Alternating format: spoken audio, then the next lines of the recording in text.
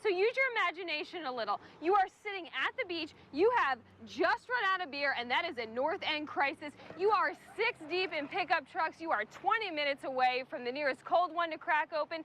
You call the brew through, and they bring the beer to you. The WFD will be knocking on doors tonight, and they're hoping that residents give them a warm welcome to come inside and find your smoke detector. We're going to jump in one more time before we take off from here. At 11 o'clock, we'll show you the footage we have of all the waves and all the wipeouts, and we'll see you then. I tell you what, that Casey Roman will do anything. I'm actually on top of the turret on the battleship. I have the most amazing view of downtown and the deck of the ship, and in about 15 minutes, like you said, that's where this Memorial Day observation will start. That billboard right behind me, like you said, it'll change from white to red, white, and blue, and it'll bear the message, one nation, indivisible. It's a 300-page report, but we've broken it down into Master Plan 101, and this is the information we've heard so far. That churning creates a scenario that looks a lot like this. 2 sandbars.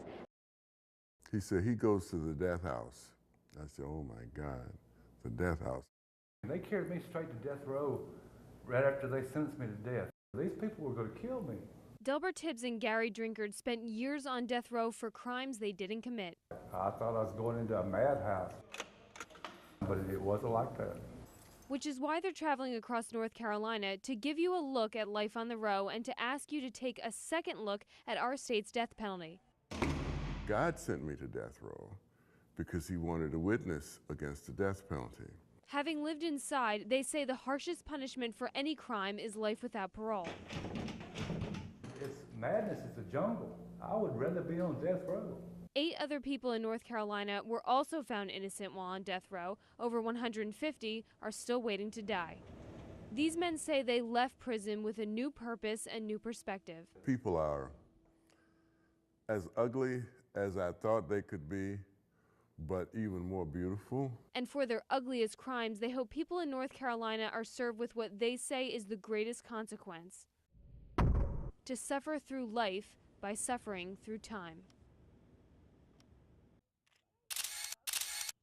We're taking it off. All off. Now it is tasteful, very tasteful. You will not see any wardrobe malfunctions. The only thing you will see inside the Tata Sisterhood calendar is a sash and a survivor. There are fake boobies on this calendar but they're all fake with big seams across them. Survival scars, reminders of the breast cancer they beat and the person they've become. It made me feel like a vibrant, lively woman again. These picture-perfect poses will create a calendar to raise money for other women in our area who are still fighting the battle. Good, that's pretty.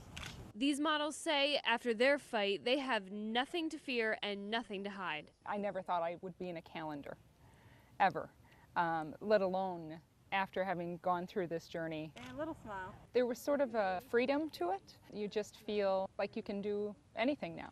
And that's what they want other women to see. These pictures aren't about the silicone, what's missing, or what once was. They're about how beautiful life can still be after breast cancer. You can beat it, and you can come back and be as strong as you once were, if not even stronger.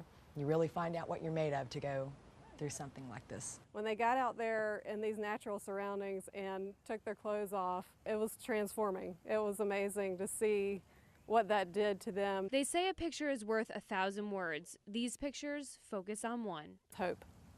They see these photos as showing hope. Casey Roman, WECT News.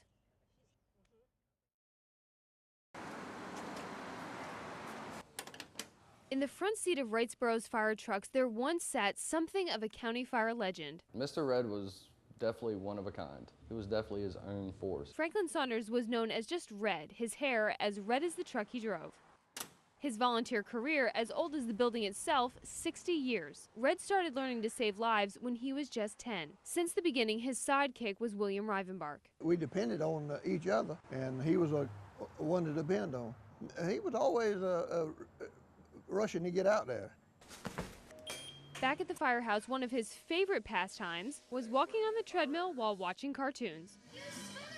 He would be here laughing away, always saying how the TV just changed the channel by itself. With him being full of life anyways, he found anything childlike like that just hilarious to him. Red liked to push buttons, trying to push the young guys to be better. We could be sitting out there drenched in sweat. You know, we've done all this work during the day, and he would come walking up and just nonchalantly, well, are you going to do something today? He's now part of Station 11 history, specifically making every meeting memorable. For a man who fought fire before there were fire helmets, there was a steep penalty for talking out of turn. The highest we ever fined anybody was $25. Sometimes the members would bring their money and lay it on the table before the meeting ever started because they knew it was coming. After decades of service, his last request is to ride the fire truck to where he will rest. Red was the essence of what a volunteer fireman is.